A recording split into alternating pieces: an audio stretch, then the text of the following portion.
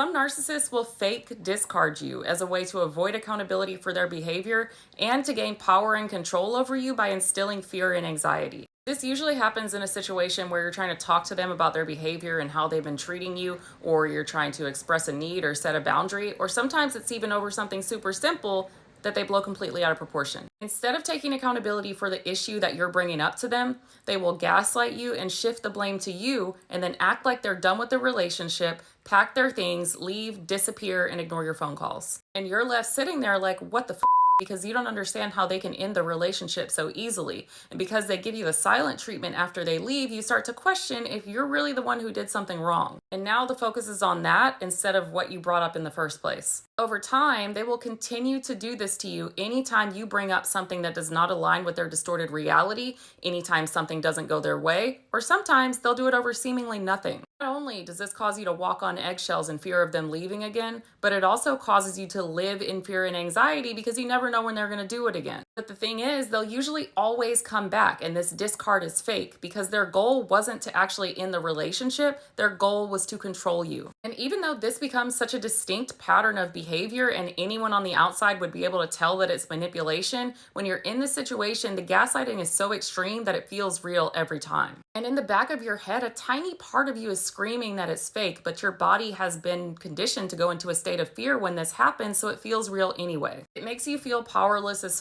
like there's nothing you can do, and you're left just sitting there, you can't function, and you're in this state of anxiety just waiting for them to return. And when they do eventually return or start talking to you again, your anxiety is relieved. So this person is the cause of your anxiety, but they also become the relief for it, which is really dangerous. This fake discard can cause you to really have a fear of abandonment with this person, or if you already struggle with fear of abandonment, it just makes it worse. The narcissist that I dealt with would do this all the time, and it was more and more traumatizing each time, and it made me feel crazy. He would pack his leave, disappear, not answer the phone, and I would completely spiral and lose my mind every single time, even though I never did anything wrong in the first place to warrant this behavior from him. One of the worst parts is that I became so hyper-vigilant in that relationship that I sometimes started to be able to predict when he was going to do it based off of his tone or his facial expressions or, the way he was texting or the mood he woke up in. There were some mornings I'd wake up for work and I could tell just based off of his mood that it was going to be one of those days, and I'd go to work completely anxiety-ridden.